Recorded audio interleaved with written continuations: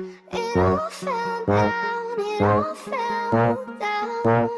It all fell, it all fell down, it all fell down.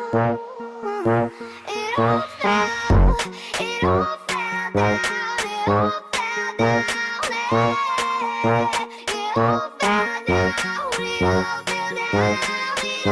it all fell down. G, Lucas, bitch.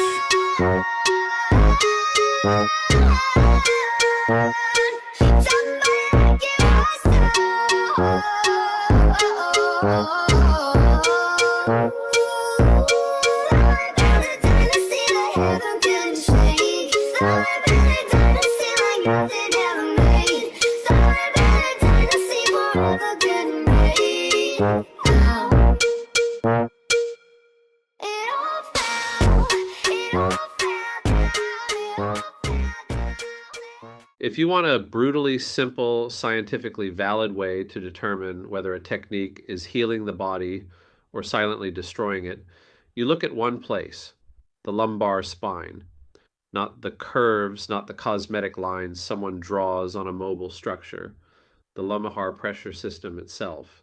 And the lumbar spine is the base of the body's internal hydromechanical architecture. If pressure is decreasing, degeneration slows. If pressure is increasing, degeneration accelerates. Everything else is noise. And when someone receives a legitimate corrective technique and you re-X-ray them a year or more later, you should see zero new degeneration. And the structure may have shifted slightly. That's normal. But if the discs, vertebral end plates, and joint spaces show no new collapse, then you are witnessing true physiological restoration. That is what hydrostructural does. It reduces internal pathological pressure, halts the degenerative cycle, and slows the aging process at the mechanical source. Force-based manipulation techniques do the opposite. They push the spine into forced extension or forced deviations, which artificially distributes pressure into weaker structures. The result is predictable and repeatedly documented. Increased axial compression, greater disc wedging, disc thinning, accelerated osteophyte formation, increased calcification, and an overall rise in degenerative biomarkers. This isn't correction, this is structural vandalism disguised as healthcare. The manipulation industry loves to parade the occasional miracle X-ray, showing a single level that looks slightly better. What they conveniently hide are the dozens of other X-rays showing the real trend, worsening biomechanics at adjacent segments, compensatory collapse, and increased hydrostatic pressure in the lumbar base. One improvement on one level means nothing when the global system is degrading. That's not healing, that's pressure migration, which is scientifically worse. Hydrostructural was designed in direct opposition to this. It does not force curves, it does not chase aesthetics, it does not rely on pseudo-scientific line drawing, on a dynamic structure that moves every time a person breathes. The idea that you can force a curve onto a living spine as if it were a static stack of boxes is biomechanically illiterate. Researchers know this. Many practitioners know this. Patients intuitively know this when their symptoms never actually resolve. If a technique were genuinely therapeutic, the lumbar spine would clearly demonstrate reduced compressive load, restored disc hydration dynamics, halted degenerative progression, and predictable long-term stability. Instead, manipulation-based techniques trap people in a biochemical and mechanical addiction cycle. Symptoms, forced manipulation, temporary neurological dampening, return of symptoms, repeat. This cycle feels like care, but is actually the mechanical equivalent of poking a bruise until it numbs for a few minutes. Over time, it accelerates degeneration, especially in the lumbar foundation, where the pressure system is most vulnerable. And the profession has normalized this pathology. That doesn't make it normal, it makes it negligent. Hydrostructural exposes this entire pattern. It doesn't just outperform manipulation, it invalidates it at the level of physics. The body does not need to be pushed back into place. It needs its internal pathological pressures reduced, allowing the hydromechanical system to decompress and reorganize naturally. The measuring stick is simple and unarguable. If lumbar degeneration halts, the technique works. If lumbar degeneration increases, the technique is damaging the patient. Hydrostructural restores stability. Manipulation manufactures instability. One slows aging and the other accelerates it. One reduces pathological forces, the other amplifies them. And no amount of line drawing, curve selling, or pseudoscientific storytelling will change the fact that the lumbar spine exposes the truth every single time. The moment hydrostructural research was fully developed, when the entire system was finally understood and the mechanics of internal pressure made sense, everything else in the landscape of physical manipulation suddenly became shockingly clear. You look around at what practitioners are doing to the human body, and the results are impossible to ignore. Yet, when you try to explain this to people, they swear that what they're doing is great, healing, and necessary. But when you truly understand the body, you realize their perspective is anatomically impossible. And that's exactly where we are in history right now, the blind leading the blind. An entire field built on the illusion that the effects of external manipulation are somehow beneficial, somehow part of a healing process, or that things will get better eventually if you just keep going. Meanwhile, across the board, we're staring at a clear example of systemic failure, a decades long experiment that has gone terribly wrong. So the question becomes, how do you inform people who have been off track for so long, especially those who've built their entire professional identity around methods that produce short term relief but create long term damage?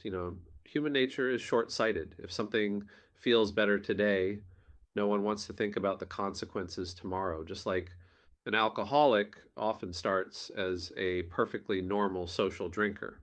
No obvious harm at first until suddenly the damage is undeniable.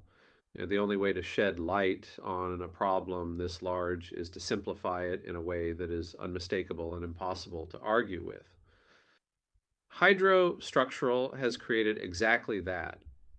We developed a straightforward, universally applicable method for anyone to evaluate the internal pressure effects of any technique. Analyze the lumbar spine before and after the treatment. Why the lumbar spine? Because it is the foundation of the entire structure.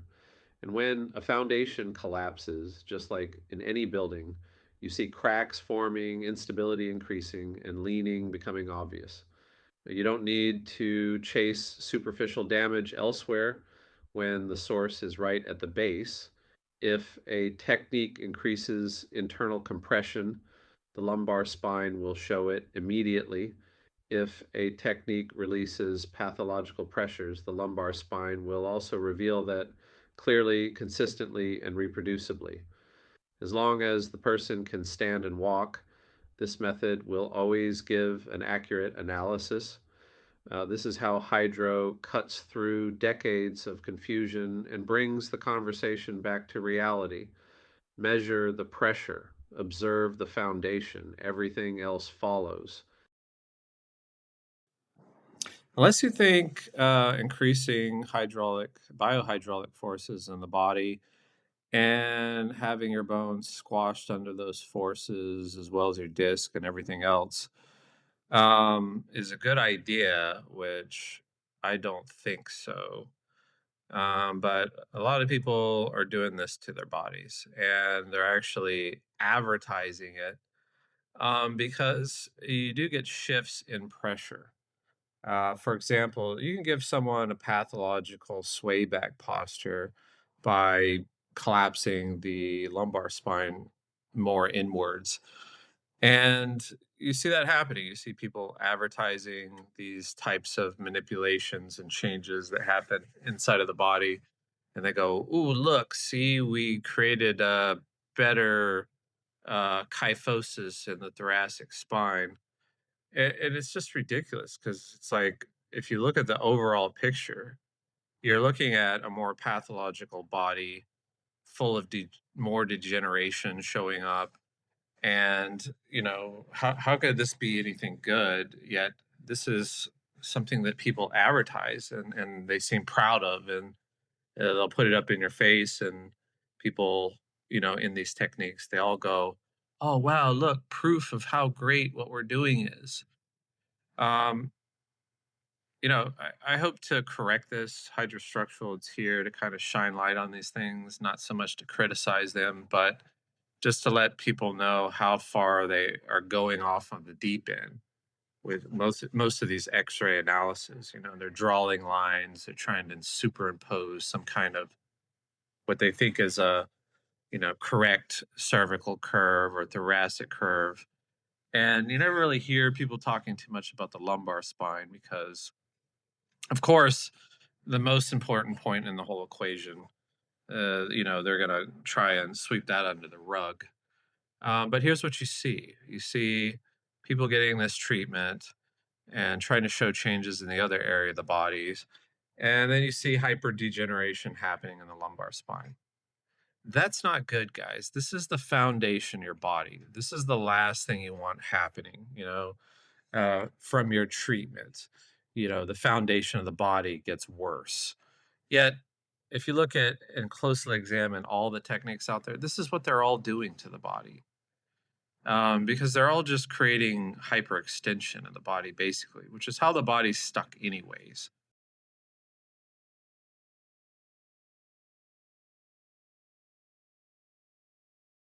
So here you have a knee being set back into place, a true dislocation. You can see exactly how it gets stuck. The body's own stabilizing forces, which normally keep everything aligned, end up trapping the joint in the wrong position. The knee capsule is displaced, biofluid gets trapped, and the surrounding muscles lock down into a guarding state. That guarding pulls one bone forward and lets the other collapse behind it. That's the whole story of the misalignment. And the correction, it's remarkably simple. You identify the two forces, the resisting force that's locking the joint in place and the collapsed force that allowed the misalignment to occur. When you line those forces up properly, the knee simply slides back into place, smoothly, naturally, without any brute force, without slamming, without theatrics. This is a large joint, significantly bigger than any single joint in the spine. Yet even here, correction happens through alignment and pressure, not violence. And this is the principle behind hydro. The same subtle, precise pressure that realigns a knee is all you need to correct the spine. You don't need high velocity thrusts. You don't need to crack anything. You just need to get the pressure right and follow the natural direction of correction. Of course, if a kneecap stays misaligned for too long, the tissues around it harden, the joint degenerates, and the body adapts. It creates a workaround, a dysfunctional version of functional, and keeps moving even though it's wrong. And this exact same process is happening in people's spines every day. Their vertebrae are dislocated, stuck, locked out of sequence, and yet the body is still trying to function around that dislocation. Over time, the tissues stiffen, the internal pressures change, and entire movement patterns collapse. And that's why so many people have lumbar problems. Their lumbar spine physically cannot flex anymore. It should flex. That's its natural movement, but once it's dislocated, it only extends. And because nobody understands the underlying problem, they keep extending it, stretching it, forcing it, doing all kinds of misguided corrections that only make things worse. The body wants to move back into place the same way that knee joint does, through alignment and pressure, not force and impact. That is the foundation hydro's built on. I am always looking into other fields of science. There is a reason for that. I was listening to a researcher named Marco who was pointing to a simple but universal truth. Nature follows patterns, not random ones, not optional ones, precise, repeatable sequences. If you want to build anything that actually works, whether it's an ecosystem, a machine, or a human correction method, you have to fall in line with those natural patterns. If you go against them, the system resists you. And if you ignore them, the system collapses.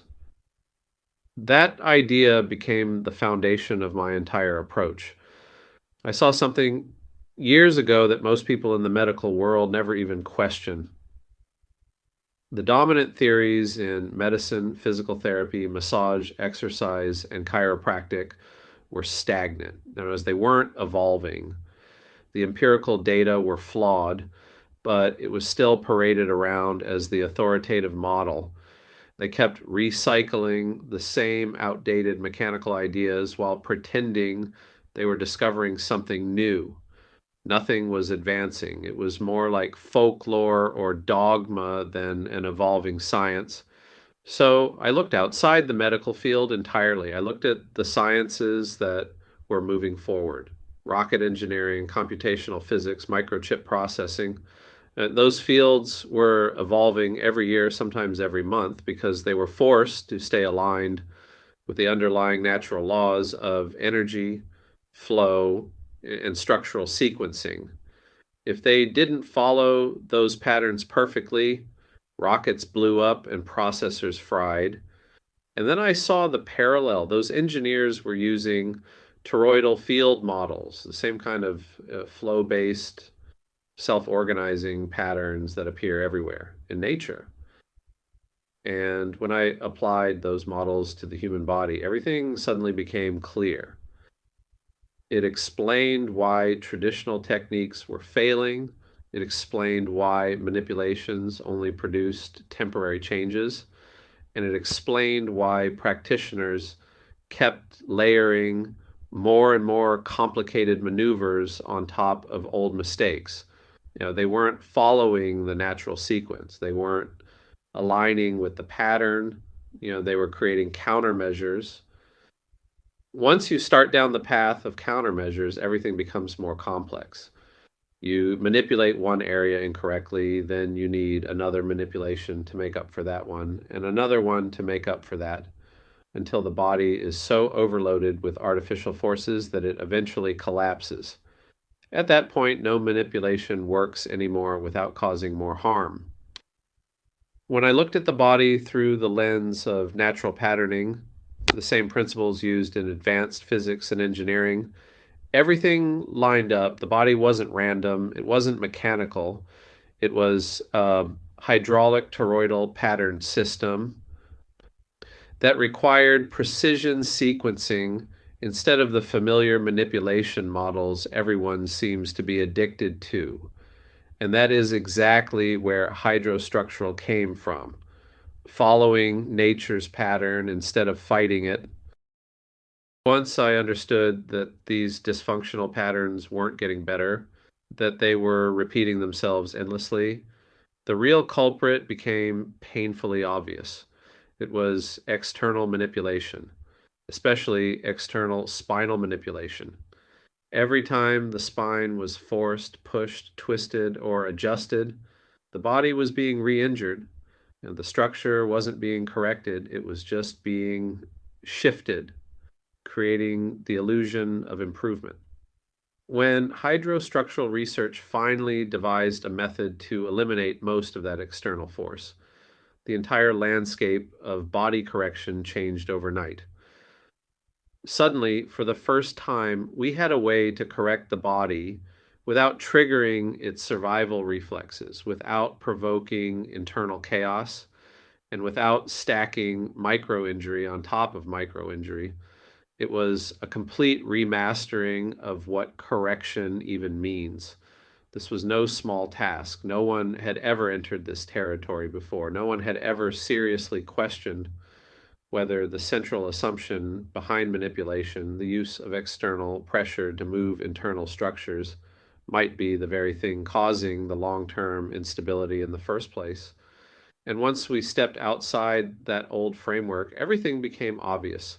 And the spine is not a rigid column, it is a mobile, multi-joint, fluid-supported system encased in elastic tissues and a dynamic biohydraulic environment. The traditional misalignment theories and the idea that you can push a bone back collapsed under even basic scrutiny. It became clear that the body only responds positively to a very limited number of precise, naturally sequenced correctional movements. Meanwhile, there are countless ways to manipulate the body incorrectly, and almost all of them lead to the same negative countermeasures I've described earlier. Some brilliant minds I spoke with once told me, there are no solutions, only countermeasures.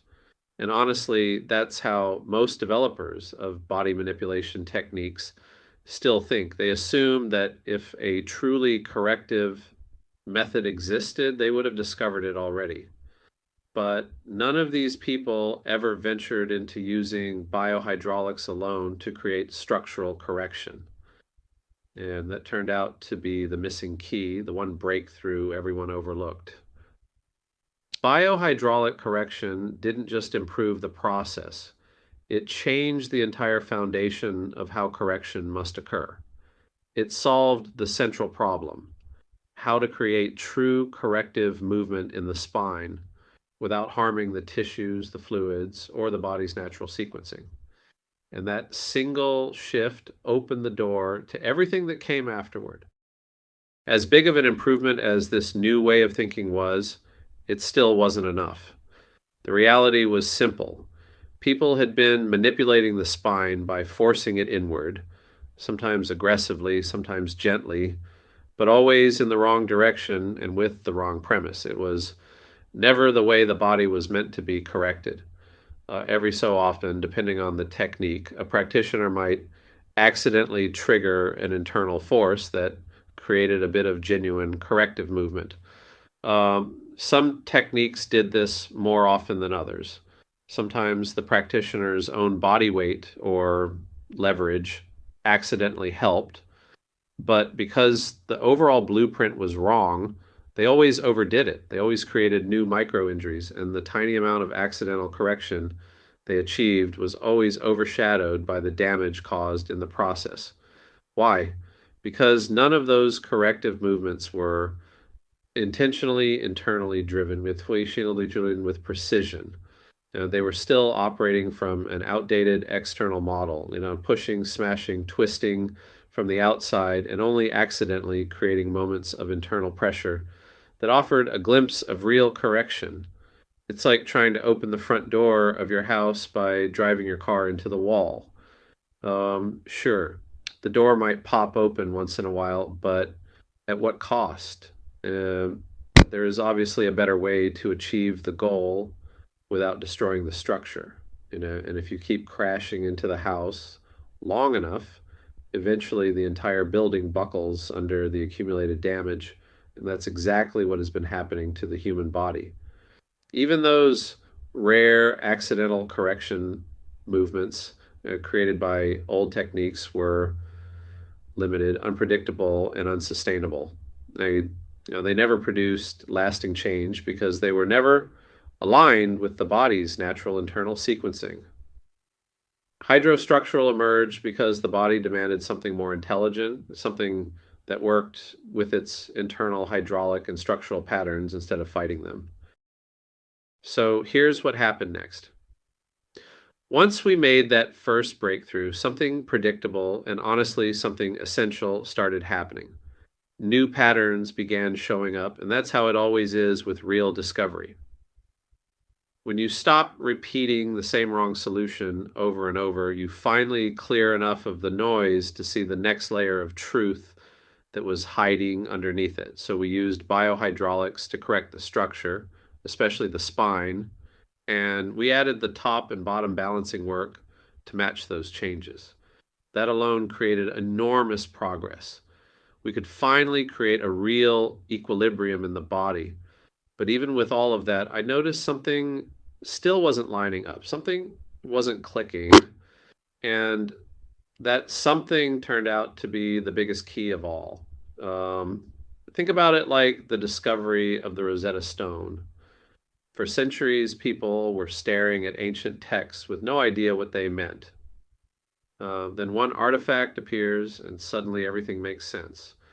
Well, if the human body had its own Rosetta Stone, that master key would be the rib cage. The rib cage is one of the most misunderstood structures in the entire body. You see people poking it, twisting it, smashing it, stretching it, doing all kinds of crazy things because they don't actually understand how central the rib cage is to the alignment of every major structure that manipulation keeps bullying over and over: the neck, the lower back, the hips. Why is it so important? Because the rib cage is the central anchor point for your entire muscular system, from the ribs to the base of the skull, and from the ribs down into the pelvis. So when the rib cage loses alignment, chronic pain is basically guaranteed in those areas. And no amount of neck cracking, hip adjusting, or lower back pushing ever solves it. And because the muscles stay guarded, imbalanced, compressed, overstretched, twisted, or they just completely malfunction. And all of that was happening because nobody, literally nobody, was addressing the rib cage correctly. Once we realized that external pressure can't correct the ribs, and once we understood the actual pattern of how they get stuck, everything became clear. And the rib cage collapses downward. It's pulled down by abdominal fluids, diaphragmatic pressure, internal organs, tissue drag, fascial tension, even the literal weight of the skin, and the downward structural pressure from the hips and legs. Even if the spine moves backward, even if the shoulders pull back, the rib cage still collapses downward. And on top of that collapse, rotational forces twist it, flare the ribs out, pull them forward and down, and lock the whole structure into positions that create endless, recurring pain. Correcting that turned out to be one of the hardest challenges in all of structural science, because here's the kicker. The rib cage collapses only because the lumbar spine collapses first. So now you've got a two-structure problem, and they must be corrected together in perfect harmony. And at that point, it was absolutely obvious. You cannot fix a collapsed rib cage by pushing on it from the outside. All external pressure does is drive the collapse deeper, worsen compensations, destabilize everything, and multiply micro-injuries. So hydrostructural research had to find a completely different way to raise the rib cage back to its original position. And when we finally discovered that correction movement, a true internal hydraulic lift instead of manipulation, the results were unbelievable. Practitioners can literally use their entire body weight using the hydro technique and tools to reverse the internal collapsing forces that exist in everyone. And even though the rib cage might move only a tiny amount, that tiny internal movement creates massive healing effects in areas of the body that no other method has ever been able to stabilize safely. But here's the part that shocks people the most. When the practitioner applies full body weight in the correction direction, the client feels almost nothing. Think about that.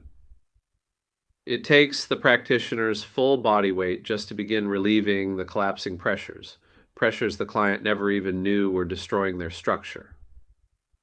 I call it correcting the Grim Reaper pattern because that collapse is literally the pattern that steals health over time. And people won't believe how much force you're applying. And because true correction doesn't feel like force. True correction absorbs the collapsing pressure inside the body and sends it upward. And the body feels it not as force, but as relief. It feels like pressure leaving, not pressure being added. That's what real correction feels like. It depressurizes, it reorganizes, it moves against the collapsing forces rather than amplifying them. This is exactly what the natural sciences have been teaching us. To fix a natural failing structure, you must align your resistance with the parasitic collapsing forces inside it. You know, this whole thing about the rib cage has been bothering me for a long time, and I mean a long time, because no matter what technique I was studying, no matter whose work I was evaluating, I always did the same thing. I went straight to look at their bodies, their practitioners, and especially their family members who were getting their method done regularly. And across the board, without exception, I kept seeing the same disturbing pattern: deformed rib cages everywhere.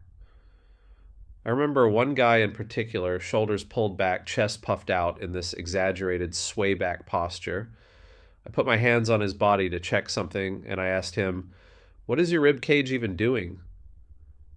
Why is it stuck in these unnatural positions?" And he told me very confidently, very arrogantly, "Oh, that's exactly where it's supposed to be." No, nothing could be further from the truth. His body was pathologically pressured, fragile, overcompensated, and he's standing there trying to convince me that everything is where it belongs. That was the moment it really hit me. If this is what these methods consider correction, then my own body is in trouble. And I'm in my 40s. I can see the writing on the wall.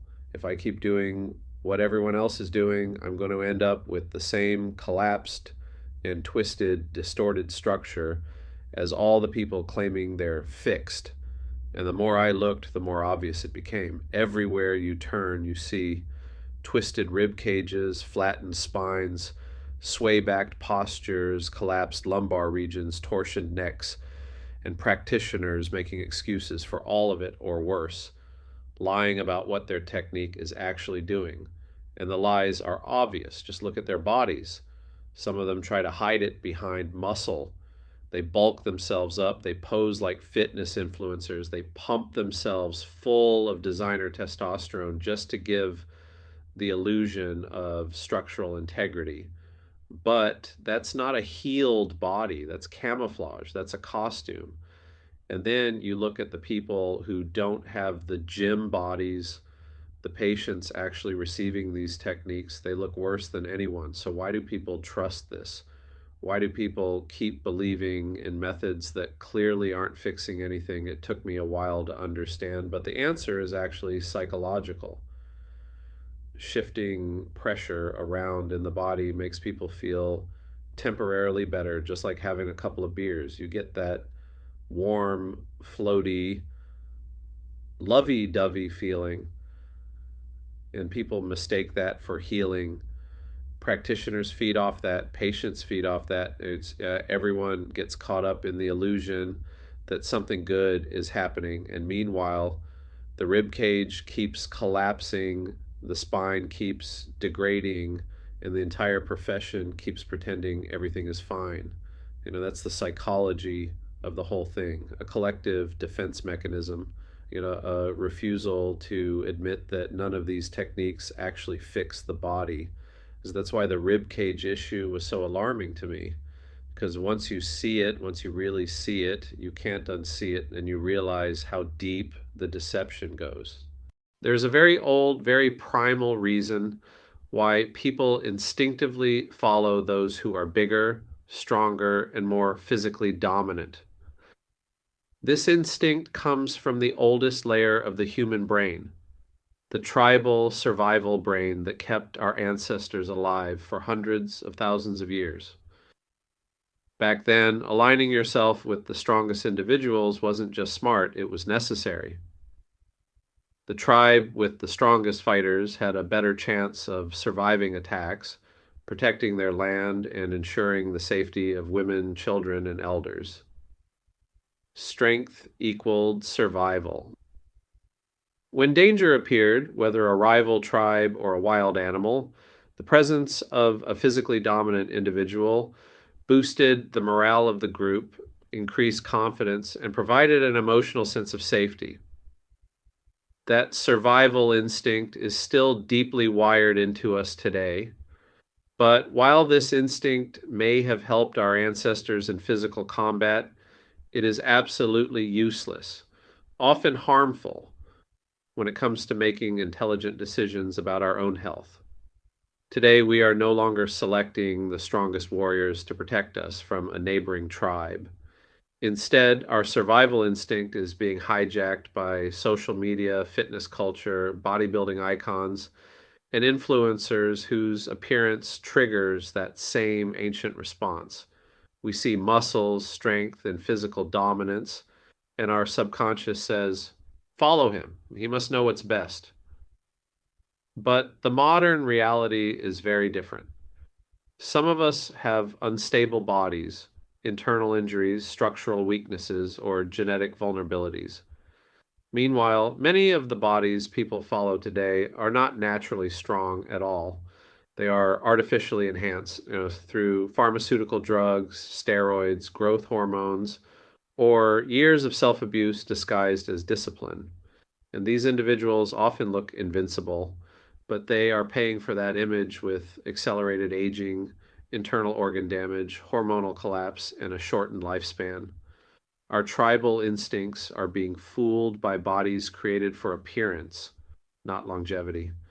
And here's the dangerous part: taking health or training advice from someone whose body is artificially enhanced, genetically superior, or unnaturally stable offers zero guarantee of safety.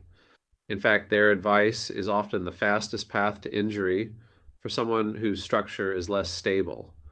I've also found that many of these naturally strong or chemically enhanced individuals are far less insightful about real biomechanics. Their entire approach is rooted in force, not intelligence. They rely on strength, leverage, and sheer power because that's what works for them. Unless they personally produce severe injuries or unless a client nearly gets crippled, they continue using excessive force wrapped in the illusion of technique. And the moment you remove their strength, many of their techniques collapse because there was no technique in the first place, only force. Creativity is usually absent. They follow generic mainstream workout routines, half of which didn't even exist 100 years ago, and they assume these routines are universal solutions. Their bodies, being resilient or artificially protected, tolerate these stresses. But someone with a C-type body, someone with internal compression, or someone with structural collapse cannot survive the same routines. What feels good to a strong body can be catastrophic to an unstable one. This is why these individuals cannot understand why a collapsing or unstable structure requires precise internal movement rather than brute force external pressure. And their bodies never taught them that lesson. Their bodies never failed them early enough for them to develop insight. But even strong bodies have limits. One day, these individuals appear invincible, lifting ungodly weight, stretching their joints to extremes, pushing their bodies beyond what nature designed. And then, often without warning, their bodies give out. The collapse is sudden and catastrophic. Every body, even the strongest, has a threshold. When that threshold is reached, the fall is dramatic. We have countless public examples of this painful truth. Hulk Hogan, a symbol of power in his era, admitted that as he got older, simply walking past his own bedroom triggered fear because his body felt like it was tearing itself apart at night. Ronnie Coleman, the winningest Mr. Olympia of all time, is now nearly disabled after multiple surgeries. His body, once the icon of extreme strength, finally collapsed under the unnatural demands placed upon it. These are not weak men, these are the strongest of the strong, and even they paid the price. So, what happens to unstable bodies, people whose structure is already compromised? If the strongest collapse under extreme training, what do you think happens to individuals with collapsing patterns, ligament instability, internal pressure issues, or early degenerative patterns? Just 1 month of following the routines of someone genetically blessed or chemically enhanced can trigger irreversible damage. It can shorten their lifespan. It can trigger cascading failures in the spine, rib cage, organs, and nervous system. This is a massive blind spot. No one is researching it. No one is warning the public, and no one is teaching practitioners how to identify which bodies can safely train and which bodies cannot. Modern exercise culture treats all bodies as if they are the same, but they are not. Some bodies are resistant, some bodies are collapsible. Some bodies can survive extreme load, others get destroyed by it. This is why competitive sports, bodybuilding, and weightlifting, while impressive, should come with a warning label and a structural evaluation system. People should know if their body type is compatible with the physical stress they are about to put it through. Certain exercises carry obvious risk, like deadlifting, but others are deceptively dangerous, like the flat bench press, a movement that didn't even exist historically, yet has become mainstream. Sure, it builds the chest, but it also deforms the rib cage, destabilizes the spine, and is linked to the repeated heart surgeries of someone like Arnold Schwarzenegger. Strength is not health. Muscle is not longevity. Appearance is not biomechanics. And our tribal instincts, once protective, are now leading people straight into structural collapse because they are following bodies that do not represent real health. This is the foundation physical medicine stands on today, an illusion. The illusion that all of this is somehow natural, wholesome, and good for your health, when in reality it's propped up by the constant use and abuse of external pressure. The body already gets more than enough external pressure from daily life. Slips, bumps, minor falls, impacts to the chest or ribs, a twist here, a misstep there. These small traumas almost always affect the rib cage and hips the most. Yet, instead of understanding this, physical medicine ignores the biggest, most vulnerable areas of the body and obsesses over the smallest one, the neck. The cervical spine is a tiny structure compared to the thoracic spine and rib cage, yet it's the primary target of chiropractic manipulation. And for what? Think about it. How many people are actually falling on their necks every week? How many people are landing headfirst onto concrete hard enough to knock their atlas out of place? Obviously, that's not what's happening. The real reason chiropractors keep manipulating the neck is simple. It's easy. The neck produces crack noises with minimal effort. You can barely touch it and get a pop. Getting loud cracks from the lumbar or thoracic spine takes far more force, far more energy, and ironically creates even worse misalignments in the process.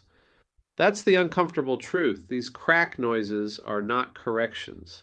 They are often new misalignments, especially in the neck. And everyone knows it on some level because most people can crack their own necks with the same noise. There's nothing scientific about it. It's a relic from a century ago, kept alive by the strange cultural habit of equating a sound with a solution. Somehow, practitioners who chase crack noises became doctors, and the public accepted them as the representatives of natural alternative health. Yet the entire practice is built on one primitive idea: push hard on the outside of a body and hope something good happens inside. There is no blueprint, no sequence, no internal logic to any of it. And yes, symptoms change, pressure shifts. Sometimes people feel amazing for a moment. You can take someone with a 17-year chronic pain pattern, twist their neck, and boom, the pain vanishes like a miracle. But that's not mastery. That's a slot machine effect. When it works by luck. When it doesn't, it leaves invisible micro injuries that accumulate until the body can't take it anymore. Not to mention, there are those first time, very unlucky effects that these same manipulations will half kill another person doing the exact same thing. The tragedy is that physical medicine could be so much more.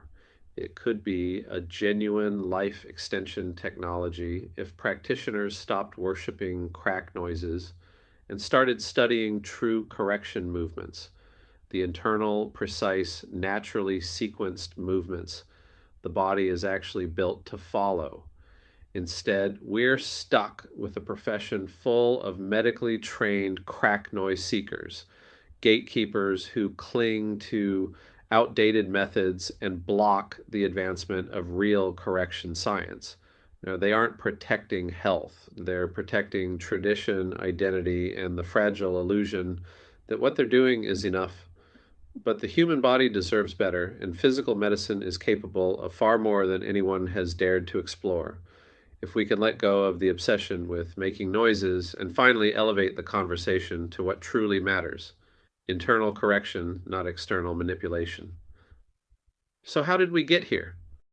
Coming up with a way to truly fix the body has never been easy. Long before any of the relevant research, long before anyone had the language or the framework to describe what was actually happening inside the human structure, countless practitioners tried their best. They pushed, pulled, stretched, twisted, manipulated, all in the hope of producing a reliable change. And every now and then something did happen. A shoulder loosened, a spine felt lighter, a person stood up straighter than they had in years. But these results were never consistent. They were accidental victories, temporary wins born out of intuition, luck, or the specific type of body sitting on the table that day. There was no system to explain why a technique worked on one person, yet failed completely on another. No one could see the deeper mechanics, the internal pressure dynamics, the biohydraulic patterns, the compensations, the structural reactions, because the research simply didn't exist yet. And without that understanding, the entire field moved blindly. Practitioners could feel something happening under their hands, but they couldn't articulate it. They chased the effect rather than the cause. They believed the body released because of the force applied, not because of how that force interacted with the internal pressure system. They knew they were changing something, but they never understood what. Meanwhile, the people with mild or moderate issues, the ones whose structures weren't deeply locked or severely destabilized, responded beautifully. They became the success stories, the proof that these techniques must be valid. And for decades, that illusion shaped the entire direction of physical medicine. It created a false confidence and a false assumption. If it works on the easy bodies, it must work on all bodies.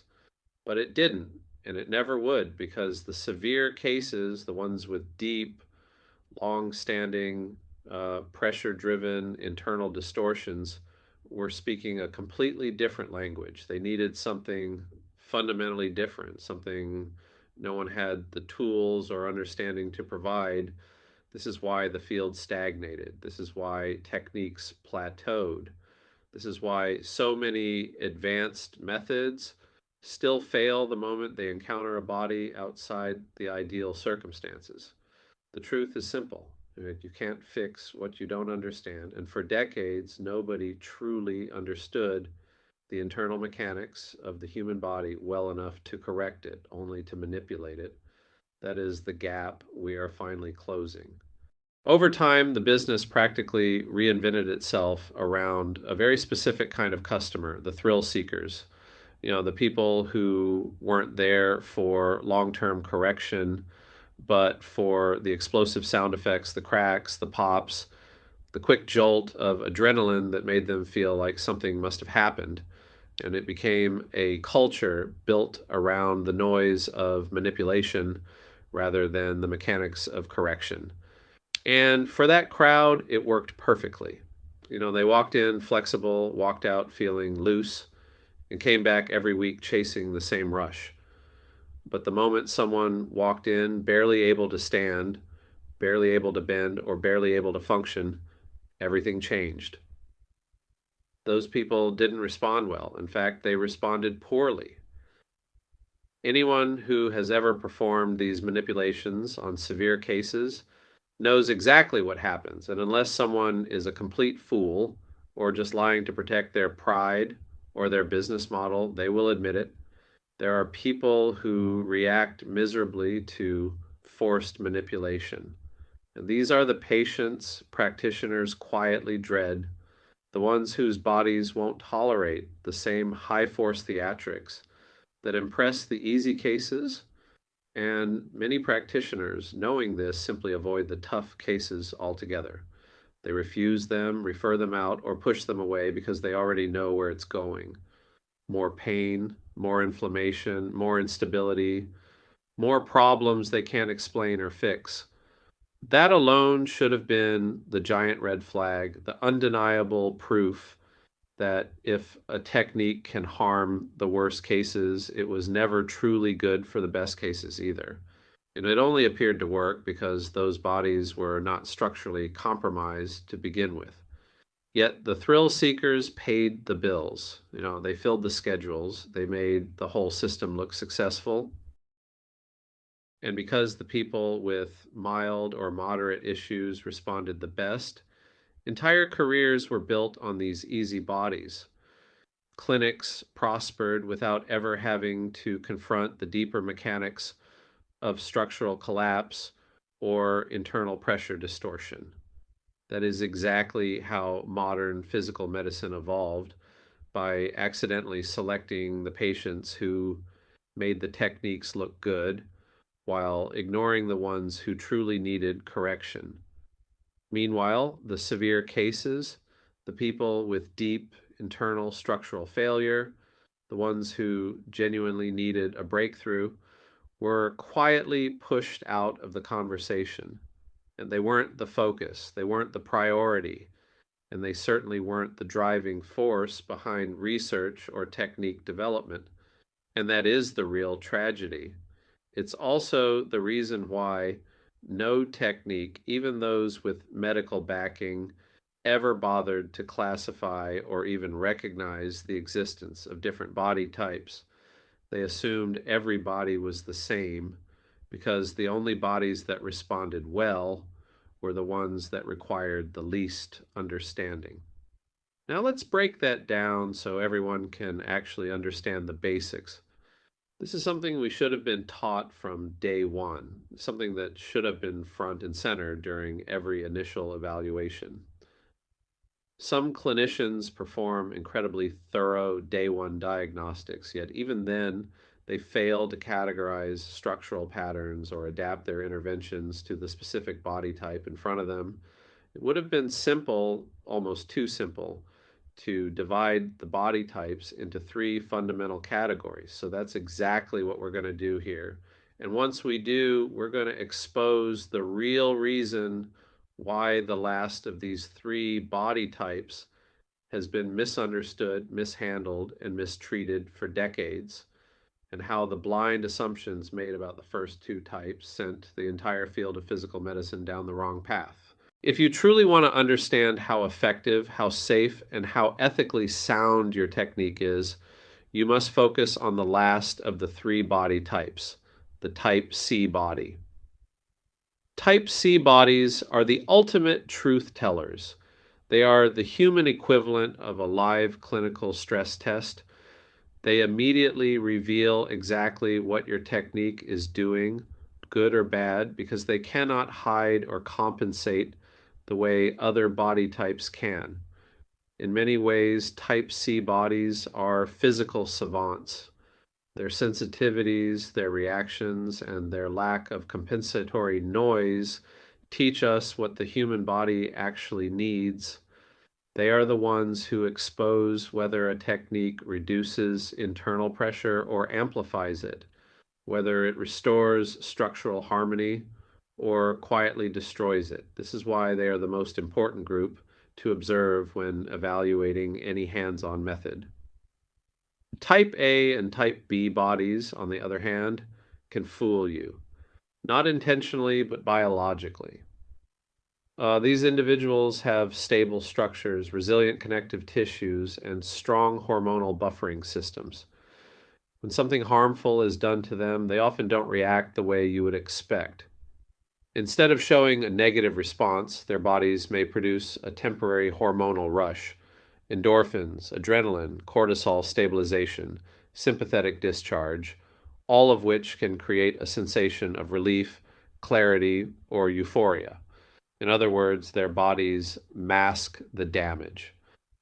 They can feel better even when something structurally harmful has just happened. It's no different from what happens the first time a person drinks alcohol. At first, the experience is wonderful, warm, euphoric, elevated. The nervous system lights up, the body feels incredible. But with time, the truth becomes undeniable. Alcohol doesn't restore health, it erodes it. The initial high hides the long-term damage. The same principle applies to physical manipulation. There are countless things you can do to the human body that feel good in the moment but are fundamentally destructive. People mistake the hormonal high for healing. They confuse neurological shock for alignment, and they interpret the body's stress chemistry as therapeutic improvement. And in some cases, that feel good response can come from forces equivalent to a mild car accident or worse. This is precisely why type C bodies are indispensable. They don't give you the illusion, they don't give you the hormonal high, and they certainly don't hide the internal pressure changes caused by a technique. They tell you immediately and unmistakably whether your method is safe, whether it decompresses or compresses, whether it fixes or further destabilizes. They show you, without filters, what the same technique will silently be doing over time to type A and type B people as well. If your technique can help a type C body without causing damage, then it is genuinely safe and genuinely effective for everyone else. If it fails them, then it is failing everybody, just less visibly. This is the standard, this is the truth test, and this is the only honest way to evaluate whether what you're doing is truly beneficial or simply another clever form of controlled harm disguised by momentary euphoria.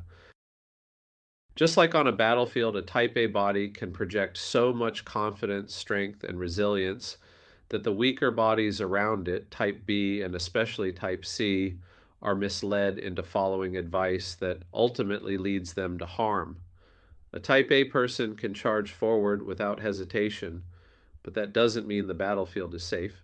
It simply means their biology can absorb the damage without immediately showing the consequences. Tonight, in terms of health and structural correction, this is exactly how people get sent to an early grave, by trusting the body type least equipped to recognize subtle danger. When it comes to regaining and restoring your physical health, the wise approach is to listen to the bodies that cannot hide damage, type C bodies. Type A bodies have almost no real experience with vulnerability. They have never lived in the danger zone where every movement matters. They do not feel the early warning signs that the rest of the population experiences. Their feedback is unreliable, not because they aren't trying, but because their biology is insulating them from the truth. Now consider a type C body that has recovered, someone who has climbed their way back toward type B stability or near type A resilience. These individuals possess the one thing type A bodies never will: wisdom gained from the edge of collapse. Their insights are more valuable, more accurate, and more applicable than anything you'll ever hear from a naturally stable or hormonally buffered person. They've lived through the pressures, the collapses, the structural distortions, the mechanical stress, and the overwhelming internal compression. When they tell you what works and what doesn't, They're speaking from direct experience, not theory. And yet, most people do the opposite. They follow type A bodies simply because of their appearance, the illusion of health. Type A individuals look like the epitome of strength, so their advice becomes gospel. But that appearance is misleading. It's a facade built on biological advantages, not on knowledge, not on experience, and certainly not on precision understanding of structural mechanics. Recovered type C individuals will never look like fitness models or health icons, but their advice works. These are the people whose bodies provide the most accurate research and the clearest feedback.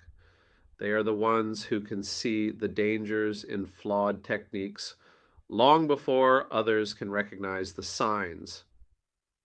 If you're trying to understand the nuances of healing, biomechanics, internal pressure, or correction science, these are the smartest people you can follow. They are priceless R&D assets, precisely because their bodies tell the truth instantly. Trying to evaluate a technique using type A or type B bodies is almost useless. Their buffering systems distort the picture. Their hormones mask damage. Their tissues compensate. You might think manipulation helped them, but all you witnessed was a stress response or a temporary pressure shift. Type C bodies, however, cannot lie. They show you immediately whether a movement is a true correction or simply another manipulation that shoves pressure around, hides dysfunction, or creates the illusion of improvement. In a type C body, there is no more space left to sequester excess pressure, no more room to hide the mechanical consequences. If you push where you shouldn't, their body will recoil, destabilize, or react with unmistakable clarity. And that's why type C bodies are the ultimate guide. They reveal whether your technique is actually correcting or merely compressing. They show you the threshold, what works, what harms, and what must never be done. If you want truth, if you want precision, if you want real correction science, you follow the type C physiology. Everything else is just noise.